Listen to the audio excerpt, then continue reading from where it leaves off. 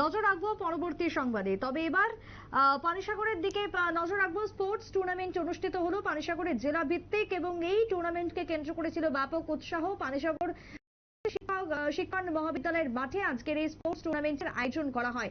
একদিকে আমরা দেখলাম রাজ্যে এই খেলো ইন্ডিয়াকে কেন্দ্র করেছিল সকাল থেকে ব্যাপক ধুম স্বামী বিবেকানন্দ ময়দানে, ঠিক সেই সময় উত্তর জেলার কেন্দ্র করে আজকের এই বিশেষ স্পোর্টস টুর্নামেন্টের আয়োজন উদ্বোধন। কি বক্তব্য উঠে আসছে পানিসাগর থেকে শুনুন।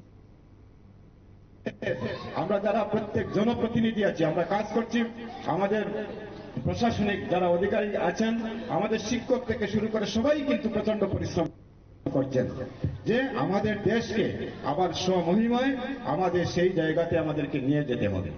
একটা সময় সংশ্লিষ্ট বক্তব্য আপনারা শুনলেন। রাজ্যের খেলাধুলোকে এগিয়ে নিয়ে যাওয়া, খেলাধুলোর মানকে আরো বাড়িয়ে দেওয়া, পড়ুয়াদের ভবিষ্যৎকে আরো সুন্দর করে তোলার জন্য রাজ্যে খেলাধুলো এগিয়ে চলেছে, মান আরো উন্নত করা হচ্ছে। ছোট্ট বিরতির পর ফিরছি, সঙ্গে থাকুন।